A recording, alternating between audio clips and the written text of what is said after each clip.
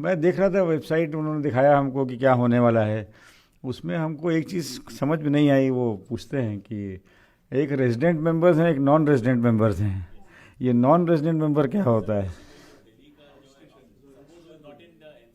तो जो supreme court practice नहीं करता, बाहर रहता है, वो भी मेंबर हो जाता है यहाँ पर? वोटिंग राइट नहीं होता उसको? अच्छा अच्छा, हमने सोचा वोटिंग के लिए बाहर से मेंबर आ जाते हैं। वो प्रेसिडेंट और सेक्रेटरी और वाइस प्रेसिडेंट अपना इलेक्शन के पहले। तो मुझे वैसे ही कुछ डाउट हुआ कि कुछ वैसे ही है इसमें, रेजिडेंट और non resident. Non resident temporary होता है, इलेक्शन टाइम पे 2 महीने की मेंबरशिप मिल गई उसको, उसके बाद वो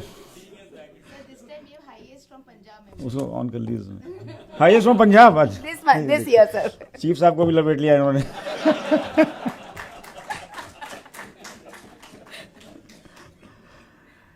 तो बहुत अच्छा है ये, तो टेक्नोलॉजी का यूज़ तो होना ही चाहिए। और ई पोर्टल बनाया है सुप्रीम कोर्ट बार एसोसिएशन ने, काफ़ी लेट बनाया और पहले बनाना चाहिए था उनको। बट चलिए, प्रज्ञा जी ने आके किया तो बहुत अच्छी बात है, हम बधाई देते हैं। और सब लोगों ने बताया कि ये प्रज्ञा जी का इनिशिएटिव है, तो सारा क्रेडिट इन्हीं को जाता है। और मिस्टर चड्ढा ने इसको डिज़ाइन किया है, थैंकफुल टू हिम ऑल्सो।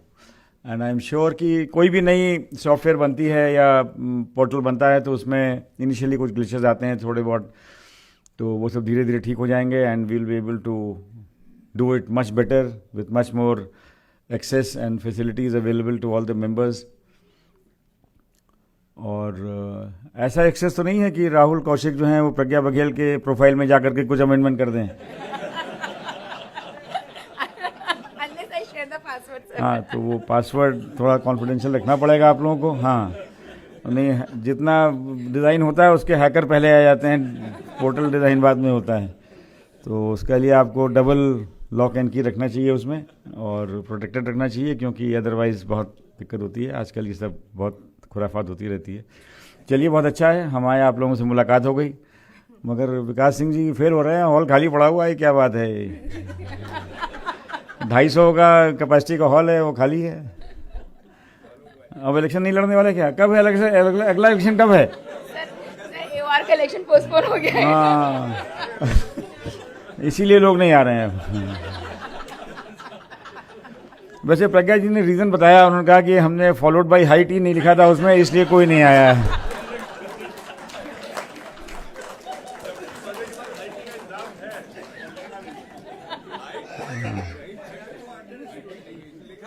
हम इलाहाबाद गए थे एक बार, वहाँ भी राधाकांत ओझा जी अध्यक्ष थे, उन्होंने कानून मंत्री थे उस समय, रिजिजू जी, उनको बुलाया था।